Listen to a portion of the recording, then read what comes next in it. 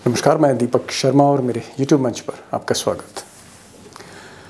दोस्तों, इन 3 राज्यों की जीत के बाद छत्तीसगढ़, मध्य प्रदेश और राजस्थान, गोदी मीडिया ने भले ही कह दिया हो कि 3 राज्य जीतकर मोदी जी ने 2024 का फाइनल जैसे जीत लिया, पर जो सच है, जमीनी जो सच है, वो बिल्कुल अलग है। और खुद मोदी के चाणक्य अमित शाह मानते हैं कि जीत तब तक मुमकिन नहीं है जब तक इंडिया अलायंस को तोड़ा ना जाए, यानी इंडिया अलायंस को ब्रेक किए बिना 24 का फाइनल जीतना बहुत मुश्किल है। और शायद इसीलिए पिछले साढ़े नौ साल में सबसे बड़ा ईडी का, सीबीआई का, इनकम टैक्स का ऑपरेशन अब मोदी सरकार शुरू करने जा रही है, जिसकी कमान शाह साहब के ही हाथ में है और जिसके निशाने पर कई बड़े नेता, देश के कई मुख्यमंत्री, कई बड़े लीडर हैं। आने वाले 15 दिन बहुत निर्णायक होने जा रहे हैं और उसी पर आज कुछ एक्सक्लूसिव जानकारियां आपसे साझा करने जा रहा हूं। अब दोस्तों, मोदी और शाह इंडिया अलायंस को क्यों तोड़ना चाहते हैं, क्यों ब्रेक करना चाहते हैं, उसके पीछे जो उनका पॉलिटिकल मोटिव है, जो उनका राजनीतिक मकसद है, वो क्या है, वो क्या हासिल करेंगे इसको तोड़कर, और क्यों मजबूरी है, क्यों ये ज़रूरत है इसको तोड़ना, इस पर मैं आऊँगा। लेकिन जो बड़ा सवाल है, जो big question of the day है, वो ये है कि क्या अमित शाह ईडी की मदद से या सीबीआई इनकम टैक्स की मदद से इंडिया अलायंस को तोड़ने में वाकई कामयाब हो जाएंगे? क्या वाकई कामयाब होंगे? और दूसरी चीज़, क्या ये ऑपरेशन, ऐसा लगता नहीं है, बहुत देरी से किया जा रहा है, चुनाव सर पर है, और अगर चुनाव सर पर हैं, मुहाने पर हैं, चंद दिन बाकी हैं, तो ऐसा तो नहीं है कि अगर ये ऑपरेशन कामयाब होता भी है और नेता जेल भेजे जाते हैं तो कहीं सिंपैथी वोट इन नेताओं के साथ ना हो जाए, कहीं दांव उल्टा ना पड़ जाए शाह साहब का, और कई दांव इनके उल्टे पड़े हैं। अब इससे पहले कि मैं बड़ी खबर की तरफ बढ़ूं, मैं एक तस्वीर आपको दिखाना चाह रहा था। हो सकता है मेरे कई दोस्तों के लिए ये जो तस्वीर है ये एकदम नई हो, आप पहचानते ना हो, फिर भी तस्वीर इम्पॉर्टेंट है। राहुल नवीन 1993 बैच के इंडियन रेवेन्यू सर्विस के अधिकारी हैं और मौजूदा समय में देश के सबसे ताकतवर अफसरों में एक हैं। ईडी के बॉस हैं, ये सीधे अमित शाह को रिपोर्ट करते हैं, मोदी जी को रिपोर्ट करते हैं। और इत्तेफाक देखिए कि सबसे बड़ा टारगेट इनका केजरीवाल पर है, और केजरीवाल इनके बैचमेट हैं। केजरीवाल भी 93 बैच के आईआरएस हैं और ये भी 93 बैच के बैचमेट्स, सहपाठी आप कह सकते हैं। अब इनकी मैंने तस्वीर इसलिए आपको दिखाई क्योंकि इनके इंस्ट्रक्शंस, ऐसी मुझे जानकारी मिली, इनके इंस्ट्रक्शंस है जितने भी ऑफिसर्स हैं उनको इंस्ट्रक्शंस है कि भैया इस बार कोई क्रिसमस नहीं, कोई क्रिसमस की छुट्टी ना मांगे, no Sunday, no Saturday, no 31 December, कोई 1 जनवरी नहीं, क्योंकि सबसे बड़ा ऑपरेशन, और आप कह सकते हैं कि मोदी सरकार कहीं ना कहीं उसका जो भविष्य है इस ऑपरेशन पर टिका हुआ है। तो किसी को छुट्टी नहीं। यहाँ से आप समझ सकते हैं कि ये 9.5 साल का इतना बड़ा ऑपरेशन मैं क्यों कह रहा हूँ, जिसके निशाने पर कई मुख्यमंत्री भी हैं विपक्ष के। अब दोस्तों, ये साहब जो राहुल नवीन साहब हैं, ईडी के नए डायरेक्टर, हालांकि अभी परमानेंट नहीं हुए हैं, 1993 बैच के हैं, जिस बैच के अरविंद केजरीवाल भी रेवेन्यू सर्विस में इनकम टैक्स कमिश्नर रहे। कहने को सहपाठी हैं, लेकिन राजनीति में कोई दोस्ती नहीं, कोई दुश्मनी नहीं। पहला टारगेट जो ईडी का है वो अरविंद केजरीवाल है। अरविंद केजरीवाल इसलिए हैं क्योंकि अमित शाह और मोदी चाहते हैं कि दिल्ली, पंजाब और यहाँ तक कि गुजरात, अरविंद केजरीवाल कांग्रेस के साथ मिलकर सीट शेयरिंग करके चुनाव ना लड़ें, अलग अलग चुनाव लड़ा जाए। और अगर वो चुनाव साथ में लड़ते हैं, जैसा कि संकेत मिल रहे हैं अरविंद केजरीवाल कैंप से, तो बीजेपी को बड़ा नुकसान हो सकता है। कम से कम दिल्ली और पंजाब में तो खैर हो ही नहीं जा रहा है। तो पहला टारगेट ये है कि अरविंद केजरीवाल को एक सबक सिखाने की बात है, और ऐसा लगता है चाणक्य को कि अगर अरविंद केजरीवाल को जेल में डाल दिया जाए तो मनीष सिसोदिया वहाँ पहले से ही हैं, सत्येंद्र जैन वहाँ पर हैं, संजय सिंह है, आम आदमी पार्टी की जो टॉप लीडरशिप है, अगर वो जेल में रहती है तो फिर चुनाव लड़ना, उसको नियंत्रित करना बहुत मुश्किल होगा। ये एक उनकी स्कीम ऑफ थिंग्स है। 21 दिसंबर को राहुल साहब ने अपने बैचमेट केजरीवाल को समन दिया था ईडी में, लेकिन अरविंद केजरीवाल विपासना में चले गए हैं। वो हर साल विपासना में 8-10 दिन जाते हैं। अरविंद केजरीवाल का कहना है 30 दिसंबर के बाद देखेंगे। इससे पहले भी 2 नवंबर को अरविंद केजरीवाल को नोटिस ईडी का मिला था। 2 बार नोटिस मिल चुका है, लेकिन मुझे लगता है 30 दिसंबर के बाद शर्तिया उनकी घेराबंदी शुरू हो जाएगी। तो 21 दिसंबर को अरविंद केजरीवाल थे और अगले दिन 22 दिसंबर को बारी है तेजस्वी यादव की, deputy chief minister of Bihar. और तेजस्वी नहीं, 22 के बाद 27 दिसंबर को ईडी ने नोटिस दिया है, समन दिया है लालू यादव को। अब लालू यादव और तेजस्वी, इनसे पहले भी पूछताछ हो चुकी है, लेकिन एक नया मोड़ ये आया कि इनके एक सहयोगी थे लालू प्रसाद यादव के, अमित कटियाल। अमित कटियाल पर सबसे पहले निशाना साधा ईडी ने, कुछ बातें इनसे उगलवाई। ईडी की कोशिश है कि अगर अमित कटियाल को सरकारी गवाह बना लिया जाए तो तेजस्वी और लालू यादव को सबक सिखाना आसान होगा। 22 तारीख को तेजस्वी, 27 तारीख को पिताजी लालू यादव। लेकिन इसका फ्लिप साइड ये कि मामला थोड़ा सा हल्का है, सबूत थोड़े कम हैं और लालू यादव और तेजस्वी यादव झुकने वाले नहीं हैं, मेंटली प्रिपेयर हैं कि अगर जेल गए तो बिहार हाथ से निकल जाएगा अमित शाह के। अब मोदी और शाह के टारगेट पे एक और चीफ मिनिस्टर हैं इंडिया अलायंस के, हेमंत सोरेन। अब हेमंत सोरेन को लेकर अमित शाह का जो प्लान है, उनकी जो स्ट्रैटेजी है वो ये है कि हेमंत सोरेन ये इंडिया अलायंस का साथ छोड़ें, नीतीश और लालू को छोड़ें, राहुल गांधी को छोड़ें, खड़गे को छोड़ें और ये हमारे साथ आ जाएं, बीजेपी के साथ आएँ, बीजेपी के साथ मिलकर बैटिंग की जाएगी झारखंड के विकेट पे। लेकिन हेमंत सोरेन को इतना परेशान किया जा चुका है, या यूं कहें कि वो गुजरात लॉबी की असलियत समझ चुके हैं कि अब वो जाने वाले नहीं। बहरहाल कोशिशें हो रही हैं और पिछले 2-3 महीनों से, अगर प्रिसाइजली कहूं तो अगस्त 14 से लेकर और 12 दिसंबर तक 6 समन, 6 बार समन भेजा जा चुका है। और बीजेपी वहां गवर्नर से डिमांड कर रही है कि साहब समन इनको दिए जा रहे हैं ईडी के, हेमंत सोरेन जा नहीं रहे। हेमंत सोरेन का कहना है कि सब पॉलिटिकली मोटिवेटेड है। मैं कितनी बार बयान दूंगा ईडी को, छोटे छोटे लैंड किसी का बयान लेके एक फेक केसेस मेरे खिलाफ बनाए जा रहे हैं, कितनी बार मैं ईडी के पास जाऊं, कितनी बार सफाई दूं। तो वो जाना नहीं चाहते, वो लीगल रेमेडी ले रहे हैं। और बीजेपी अपने गवर्नर से कह रही है कि साहब ये जो है कानून का पालन नहीं कर रहे, इनकी सरकार गिरा दीजिए, प्रेसिडेंट रूल लगा दीजिए। तो ये एक कश्मकश है। लेकिन हेमंत सोरेन भी, वो कहते हैं ना ट्राइबल हार्ट, वो ट्राइबल जो हार्ट है या वो ट्राइबल विल पावर है, झुकने को तैयार नहीं। और अब अमित शाह की सबसे प्रिय रणभूमि बंगाल, एक ऐसी रणभूमि जहां पर हमेशा हुंकार तो भरी अमित शाह ने, लेकिन मात ही खाई है नतीजे के दिन। अमित शाह को लगता है कि अगर ममता बनर्जी को इंडिया अलायंस से दूर रखा जाए और अगर कांग्रेस और लेफ्ट और ममता बनर्जी के बीच में वो दरार और गहरी हो जाए तो कुछ काम आसान हो सकता है बंगाल में। क्योंकि पिछली बार 18 सीटें अमित शाह ने वहाँ जीती थी, 42 में से 18 सीटें, और उनको लगता है कि इस बार भी वो 15-16 सीटें जीत सकते हैं। लेकिन दीदी की थोड़ी सी मेहरबानी चाहिए, लेकिन दीदी मेहरबान हो नहीं रही। बहरहाल ये भतीजे हैं ममता बनर्जी के, अभिषेक बनर्जी और इनकी जो पत्नी है यानी ममता की बहू आप कह लीजिए, इनको बार बार नोटिस दिया जा चुका है। और पिछले 9 नवंबर को कई घंटों तक अभिषेक बनर्जी से पूछताछ हुई।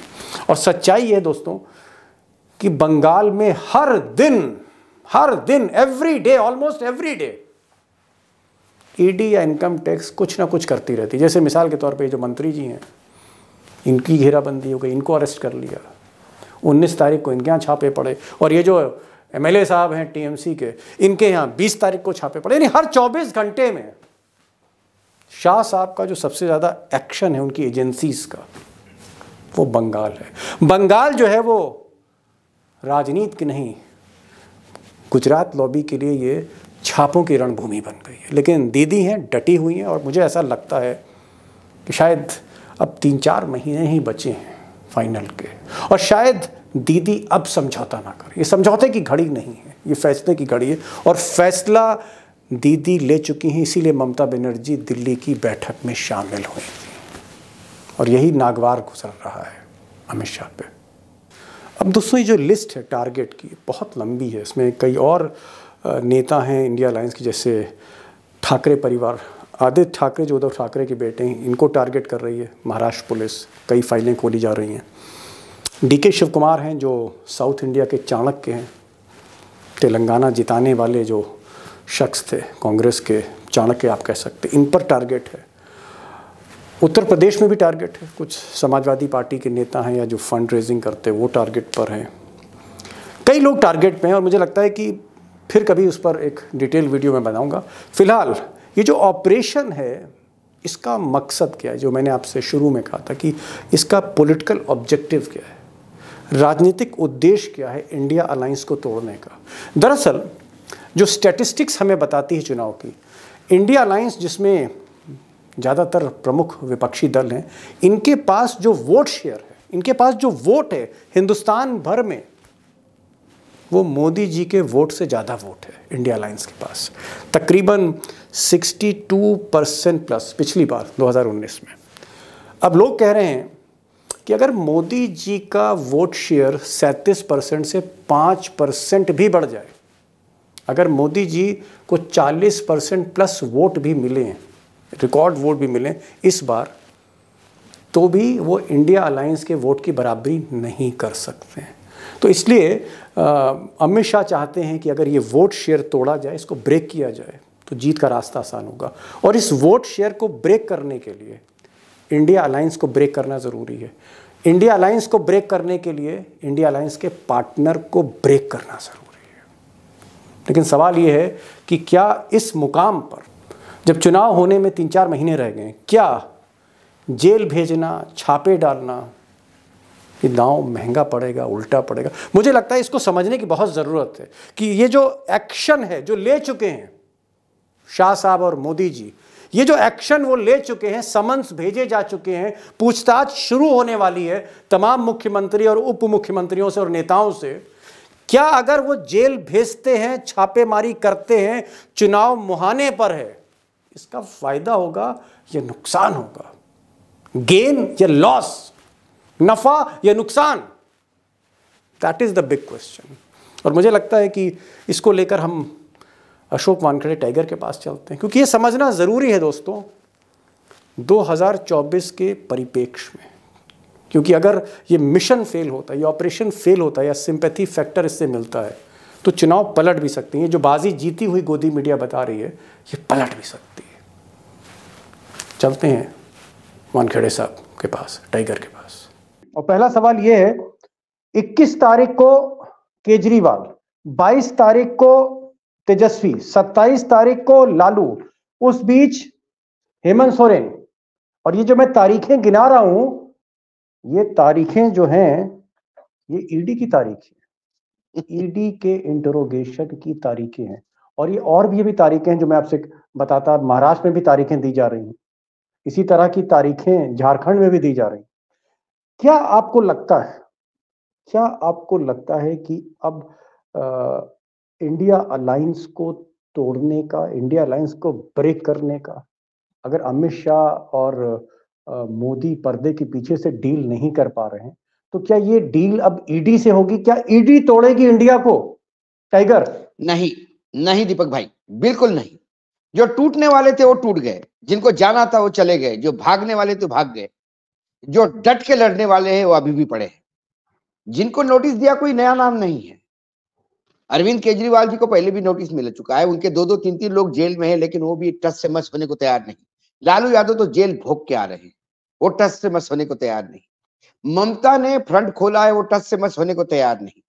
सोरेन लगातार लड़ रहा है, लेकिन पीछे हटने को तैयार नहीं। महाराष्ट्र में जब ईडी से कुछ नहीं हुआ तो एक एसआईटी नियुक्त की गई है, और पुराना एक दिशा सालनिया का जो मर्डर जो केस है, जिसको मर्डर केस करके खोल दिया जा गया है, और फिर उसको ठाकरे परिवार को घेरने का प्रयास किया जा रहा है। आज ठाकरे परिवार कह दे कि वो बीजेपी के साथ आना चाहता है, सारे केसेस वापस हो जाएंगे। मुझे उस अनिल देशमुख का आज भी वक्तव्य याद है जो उन्होंने मुझे निजी बातचीत में स्वयं कहा था, और मैं रिकॉर्ड पे ले रहा हूं उसको। उन्हें कहा था कि देवेंद्र फडणवीस ने मेरे पास एक आदमी भेजा और एक एफिडेविट भेजा जिसमें ये लिखा था कि ये जो पैसे वसूले जा रहे हैं ये सीधे शरद पवार और उद्धव ठाकरे के आदेश के अनुसार हो रहे हैं। जब मैंने एफिडेविट फाड़ के फेंका तो दूसरे दिन दूसरा एफिडेविट आया जिसमें पवार साहब का नाम नहीं था लेकिन उद्धव ठाकरे का नाम था। उन्होंने कहा कि पवार साहब की आपकी नजदीकी हम जानते हैं, आप कम से कम ये एफिडेविट दे दीजिए, आपको हम निकाल लेंगे।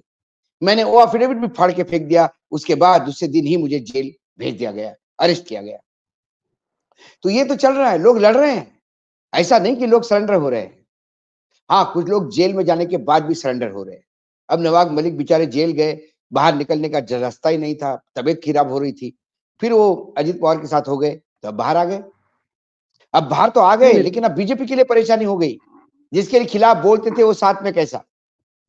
नहीं, टाइगर यहाँ मैं पूछ रहा हूँ, थोड़ा सा एक कॉन्ट्रडिक्शन मुझे दिखा। आप कह रहे हैं कि ये लोग डटे हुए हैं, ये वो लोग हैं जो ओरिजिनल हैं, लालू हैं, तेजस्वी हैं, हेमंत सोरेन हैं, अब कोई असर होने वाला नहीं है। लेकिन जब अगर कोई इन पर असर नहीं होगा, केजरीवाल पर कोई असर नहीं होगा, लालू पे कोई असर नहीं होगा, तेजस्वी पर नहीं होगा, अगर वाकई असर नहीं है तो फिर ये ईडी के छापे क्यों, ये ईडी की पूछताछ क्यों, ये अमित शाह गलती क्यों कर रहे हैं? बदनाम करने का प्रयास। आज मैं दीपक भाई एक बात पूछता हूं आपको, और कोई नहीं, देश के प्रधानमंत्री जो सर्वोच्च नेता है, धाकड़ नेता है, जिनका नाम चलता है, संगठन में जिसकी पकड़ है और पूरे देश के राज्य पे पकड़ है, प्रशासन पे पकड़ है, जो मोदी जी इतनी औकात रखते हैं कि एक झटके में 143 लोगों को संसद सदस्य से निरस्त कर सकते हैं। क्या 500 करोड़ का जो आरोप बघेल पे लगा था, बघेल को अरेस्ट कर लेंगे? जो लाल डायरी लेके वो घुमा करते थे राजस्थान में, क्या अशोक गहलोत को अंदर कर लेंगे? अब तो डबल इंजन की सरकार है, अब वो डायरी का जिक्र नहीं होगा 5 साल। ये लगातार रेड करके कहीं कुछ नोट गिनवाने के फोटो रिलीज करेंगे, कुछ कागज रिलीज करेंगे और बताया जाएगा कि बहुत बड़ा भ्रष्टाचार का कांड मिला है, बदनाम करने का प्रयास किया जाएगा। 500 करोड़ का प्रेस रिलीज भी देखा होगा आपने। नहीं, मैं टाइगर, मैं चाह रहा था, क्योंकि आप गुजरात लॉबी की रग रग से वाकिफ हैं, मतलब मोदी और अमित शाह, और मैं अपने दोस्तों को बताना चाहूंगा कि टाइगर की जो रिसर्च है अमित शाह पर, मोदी पर, और टाइगर की रिसर्च दिल्ली से नहीं है, टाइगर की रिसर्च अहमदाबाद से टाइगर ट्रेल करते करते करते करते दिल्ली पहुंच रहे हैं। यानी 20 साल 25 साल से जिस तरह से आप गुजरात बीजेपी को ट्रेल कर रहे हो टाइगर, मैं उस तजुर्बे की कसौटी पर आपसे सवाल करना चाह रहा हूं कि अगर ये टूटने वाले लोग नहीं हैं, लालू केजरीवाल, तो क्या एक लास्ट एफर्ट है? क्या मोदी और अमित शाह का ये लास्ट एफर्ट है डेस्परेशन में कि चलो यार एक बार और छापा मार के देखते हैं, शायद ये टूट जाए? नहीं, ये लास्ट एफर्ट यहां तक नहीं है, जेल जाएंगे, इन्हें अरेस्ट भी किया जाएगा। अच्छा, केजरीवाल जी भी जेल होंगे। मैंने आपको पहले भी कहा था दीपक भाई, 2024 के चुनाव में कई विपक्षी दल के नेता जेल से चुनाव लड़ेंगे। इंडिया गठबंधन के बहुत सारे लोग जो होंगे जेल के अंदर होंगे, वहां से चुनाव लड़ेंगे। मैं आपको आपातकाल की उस स्थिति को याद करवा रहा हूं।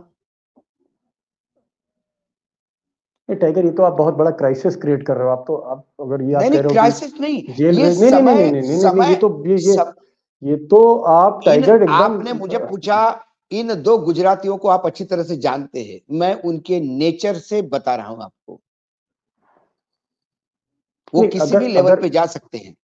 चलिए मान लिया कि जैसे अरविंद केजरीवाल जी को जेल भेज देते हैं, सत्येंद्र जैन जेल में हैं, मनीष सिसोदिया जेल में हैं, संजय सिंह जेल में हैं और केजरीवाल भी जेल, तो पार्टी का तो भट्टा बैठ गया। आपको क्या लगता है कि अगर अरविंद केजरीवाल जेल में जाएंगे तो आम आदमी पार्टी को कोई वोट देगा या उल्टा होगा? आम आदमी, सवाल यह है कि आप जेल में जाने के बाद सिंपैथी लेते हैं कि भ्रष्ट कहलाते हैं। ईडी का इतना दुरुपयोग हुआ है, एजेंसियों का इतना दुरुपयोग हुआ है कि कोई भ्रष्टाचारी में भी पकड़ा जाता है तो लोग उसको मानते हैं कि कोई राजकीय खेल होगा, इसमें राजनीति होगी इसमें। शायद ये मोदी जी को भारी पड़ रहा है, इसलिए ईडी से निपटवा रहे हैं, क्योंकि ये जी भ्रष्टाचार इशू नहीं है।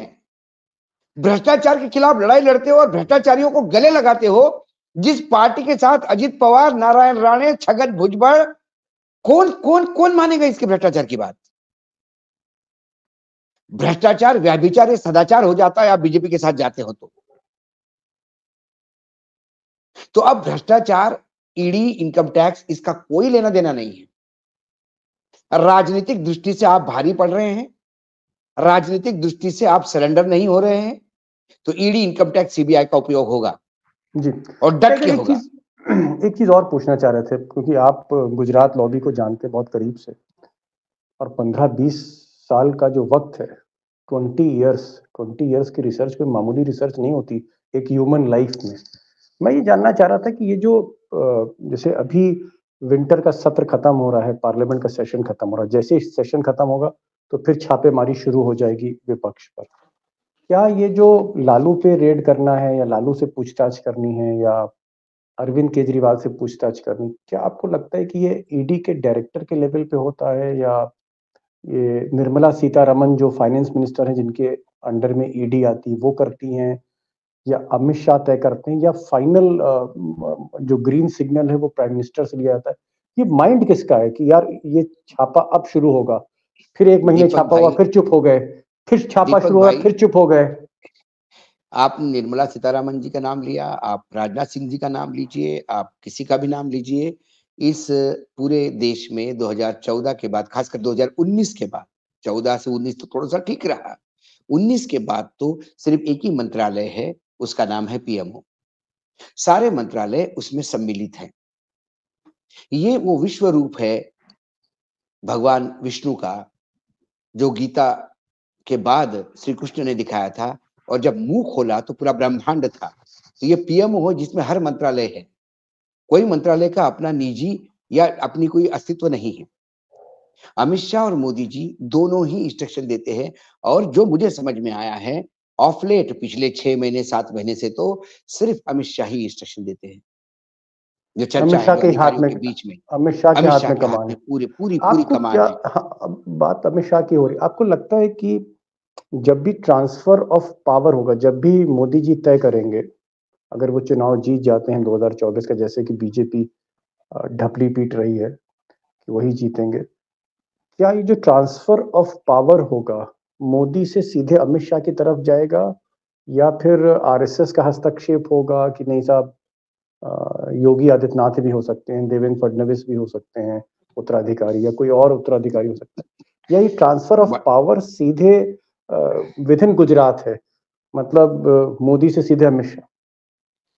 दीपक भाई, बहुत ही आपने क्लिष्ट सवाल पूछा है, लेकिन मैं उसका जवाब बिल्कुल मेरे तरीके से देना चाहूंगा। ये दिल्ली का तख्त है। औरंगजेब जी सत्ता में आना चाहिए, औरंगजेब के पिता ने तय नहीं किया था। औरंगजेब जब जवान हो गए थे, उन्होंने तय किया था कि मैं सत्ता पे बैठूंगा, तख्त पे बैठूंगा, और उन्होंने सारी गोटियां फिट कर दी, और बाद में पिता को भी जेल में भेज के स्वयं मुगल सम्राट बन गए थे। वही इतिहास दोहराने जा रहा है। अगले जो क्लेमेंट है, उन्होंने गोटियां फिट करना शुरू कर दी है अपने हिसाब से। और ये क्लेमेंट अमित शाह नहीं है? अमित शाह ही है। अमित शाह ही है। तो फिर योगी आदित्यनाथ? कौन? कितने भाई थे? दारा का क्या हुआ? ये दारा शिकोह कत्लेआम है योगी होगा, आदित्यनाथ? कत्लेआम योगी होगा, आदित्यनाथ जी कत्लेआम होगा। आप समझिए, कई दारा है यहाँ पे। जी। कितने सरदार किसके साथ होते हैं, कितने चीफ मिनिस्टर किसके साथ होते हैं, ये कभी प्लेसमेंट जो हुआ चीफ मिनिस्टर का उसी पॉइंट ऑफ व्यू से है। कितने पार्टी के जनरल सेक्रेटरी कितना नाम लेते हैं। आने वाले लोकसभा में जो चुनाव के टिकट दिए जाएंगे, उसमें भी अमित शाह का बहुत बड़ा रोल रहेगा। कहीं कर लास्ट क्वेश्चन, ठीक है, अमित शाह की बात हो गई है, क्योंकि बात चली तो फिर अमित शाह पर आई, रुकी, और फिर मैंने एक बीच में एक सवाल आपसे कर दिया। एक लास्ट क्वेश्चन जो जहाँ से मैंने शुरू किया वहीं पर मैं खत्म करना चाहता। आपको लगता है कि जैसे रीजनल पार्टीज हैं, केजरीवाल पे प्रेशर है, या फिर आप कह सकते हैं ममता बनर्जी पे प्रेशर है, हेमंत सोरेन पे प्रेशर है, नीतीश के लोगों की घेराबंदी हो रही है, और आपने कहा कि आदित्य ठाकरे जो उद्धव ठाकरे के बेटे हैं, इन पर भी पुलिस छोड़ी गई है। यानी जहां जहां बीजेपी के पास सरकार है, ताकत है, एजेंसियां हैं, सारी कोशिश हो रही है। अल्टीमेटली आप ये पूरा जो दांव है अमित शाह का, जैसा कि आप कह रहे हैं कि अमित शाह ही फैसले लेते हैं किस पर ईडी छोड़नी है, किस पर नहीं छोड़नी है, क्या ये दांव बूमरैंग होगा, ये दांव उल्टा पड़ेगा, या इस दांव से कामयाबी अमित शाह को मिल जाएगी? कहीं ना कहीं वो इंडिया अलायंस में दरार पैदा करने में कामयाब हो जाएंगे और विपक्ष को बिखेर कर अपना रास्ता आसान कर लेंगे 2024 का। लास्ट क्वेश्चन दीपक भाई, उसमें मुझे सिर्फ आप थोड़ा 30 सेकंड ज्यादा दीजिए, थोड़ा सा प्रश्न जरा एलाबोरेट करना पड़ेगा। जो काउ बेल्ट है, जैसे हम काउ बेल्ट हिंदी बेल्ट जी। बोलते हैं, वहां तो नरेंद्र मोदी अमित शाह का जादू चल सकता है, राम का जादू चल सकता है, हिंदुत्व का जादू चल सकता है। लेकिन बिहार में जो जातिवादी समीकरण है, इसमें ये जादू नहीं चल सकता। वहां पे नीतीश कुमार और लालू यादव, कांग्रेस, इनका कॉम्बिनेशन आज भी भारी पड़ रहा है। नीतीश जी। कुमार भी कई दांव चल चुके हैं, जो बिहार आप छोड़ दीजिए इसमें से। अब आइए बंगाल में। बंगाल ये रीजनल क्षेत्र है जहां बंगाली अस्मिता सबसे बड़ी आगे है, और गुजराती वर्सेस बंगाली हो जाए तो वहां कोई जगह नहीं है अमित शाह और नरेंद्र मोदी के लिए। वहां हिंदुत्व नहीं चलेगा, वहां अस्मिता चलेगी। महाराष्ट्र में मराठी अस्मिता चलेगी। गुजराती द्वारा जो प्रोजेक्ट लेके गए हैं, वो इशू आज भी बड़ा है। मराठी नेताओं को गुजरातियों के सामने नतमस्तक होता पड़ता है, ये इशू है महाराष्ट्र में बड़ा। इसलिए महाराष्ट्र, बंगाल और बिहार, ये 3 राज्य है जहां ईडी का प्रकोप नहीं चलेगा, जहां ये बाकी कोई संसाधन इनके काम नहीं कर पा रहे हैं। यहाँ 3 राज्यों में तो बूमरैंग होगा 100%, ये मैं जानता हूं। महाराष्ट्र, बाकी हाँ, महाराष्ट्र, बंगाल और बिहार। बाकी मध्य प्रदेश, राजस्थान, छत्तीसगढ़, इन राज्यों में बीजेपी का अंदरूनी भितराघात कितना काम कर पाएगा, इसमें कांग्रेस कितना दम मार पाएगी। उत्तर प्रदेश में योगी, फॉरवर्ड, दलित, अति दलित, महादलित, वो जो खेल चल रहे हैं, जो एक दूसरे के खिलाफ भिड़ रहे हैं, उसमें बाकी राजनीतिक दल कैसा फायदा उठा सकते हैं। समाजवादी, बीएसपी, कांग्रेस क्या इकट्ठा हो सकती है? ऐसे कई समीकरण हैं जहां इनके दांव फेल हो सकते हैं, बूमरैंग हो सकते हैं। लेकिन ये 3 राज्य जो मैंने बताया, बिहार, छत्तीसगढ़ और बिहार, बंगाल और महाराष्ट्र, यहाँ तो चीजें बूमरैंग होगी ही नहीं। लेकिन ईडी बैलेंस नहीं करेगा उसको, जैसे अगर आप कह बिल्कुल रहे नहीं, हैं कि कतई नहीं। ईडी ये अब सरकारी एजेंसी हो गई है, बीजेपी की बी टीम हो गई है, या बीजेपी का फॉरवर्ड हो गया है। ये फॉरवर्ड टीम है, चुनाव के पहले पहुंचती है, चुनाव के दरमियान भी अपना रोल अदा करती है, और चुनाव के बाद भूल जाती है। लेकिन अब आपको आप छत्तीसगढ़ में सालों तक बहुत ज्यादा आपको ये मतलब आपको लग रहा है कि ईडी का अब असर होने वाला नहीं है, क्योंकि चुनाव के मुहाने पर देश है, अब असर नहीं होगा। अब नहीं 3 राज्यों में तो कोई और अगर जेल भेजते हैं तो उल्टा दांव है, ये उल्टा दांव है। इन तीन राज्यों में ये अस्मिता का सवाल है। बंगाल में को या ममता के किसी रिलेटिव को जेल में भेज दिया तो बंगालियों पे आक्रमण माना जाएगा। पिछला चुनाव बंगाली अस्मिता पे ही निकाला है। नहीं, आप सही कह रहे हैं टाइगर। एक बात आपने सही कही कि अगर जेल भेजते हैं तो ये दांव उल्टा होगा। प्रेशर टैक्टिक्स के लिए, साइकोलॉजिकल वार के लिए, मनोवैज्ञानिक दबाव के लिए। जी, दिल्ली में केजरीवाल यदि अपनी कैबिनेट मीटिंग जेल से करेंगे तो क्या सरकार रोक पाएगी उसको? जी, मुख्यमंत्री का कैबिनेट मीटिंग लेना ये उसका संवैधानिक अधिकार है। जब जेल में मीटिंग होगी और वहां से निर्णय होंगे तो फिर केजरीवाल की पादुकाएं भी चलेगी दिल्ली में, क्योंकि केजरीवाल का एक मतदाता तो है। नहीं, मैं समझ गया। आप ये कह रहे हैं भारी तादाद में है। आप ये कह रहे हैं टाइगर, जो एक मैसेज निकल के आ रहा है आपकी बातचीत से, तजुर्बे से, वो ये है कि अगर जेल भेजते हैं तो दोहरा नुकसान बीजेपी को हो सकता है। वोट भी जो है कहीं ना कहीं ज्यादा सिंपैथी में दूसरी तरफ जा सकते हैं, और बदनामी भी हो सकती है सरकार की कि भाई आप चुनाव के वक्त भी ईडी का साथ नहीं छोड़ रहे। एक बात आपने बड़ी कही कि कहीं ना कहीं नेताओं को भी लग रहा है कि अगर जेल जाना पड़े तो जा सकते हैं, मेंटली प्रिपेयर हो रहे हैं, क्योंकि सिंपैथी फैक्टर जो है वो एक काम करेगा। ये आपने बात बड़ी करी। बहरहाल टाइगर देखते हैं क्या होता है, क्योंकि मेरे पास जो लिस्ट है, समन्स की जो लिस्ट है ईडी की, वो इतनी लंबी लिस्ट है कि मैं अगर गिनाना शुरू कर दूं तो 4-5 मिनट मुझे लग जाएंगे। लेकिन हाँ, एक चीज जरूर है कि हेमंत सोरेन, अभिषेक बनर्जी, लालू यादव, तेजस्वी यादव, नीतीश की टीम, केजरीवाल और उधर ठाकरे परिवार, उन पर फोकस है, स्टालिन पर भी फोकस है। कुल मिलाकर आप कह सकते हैं कि इंडिया अलायंस के ज्यादातर नेताओं पर, जो छोटी पार्टी, रीजनल पार्टी से आते हैं, ईडी की गाज गिराने की एक आप कह सकते हैं बड़ी मुहिम है अमित शाह की। देखते हैं क्या होता है। टाइगर आप आए और जिस तरह से आपने चीजों को डिस्क्राइब किया, और मुझे लगता है कि आज की तारीख में कैमरे पर इस तरह से बोलना मोदी जी के बारे में, शाह साहब के बारे में, हिंदुस्तान के किसी पत्रकार के लिए बहुत बड़ी बात है। चलिए फिलहाल हम लोग सेशन में बात नहीं करने, वरना तो सस्पेंड हो जाते अभी तक अगर हम लोग सदन में होते। तो बहुत बहुत शुक्रिया, आप आए, हिम्मत से आपने चीजें सामने रखी। Thank you so much sir for coming to for this programme. Thank you so much.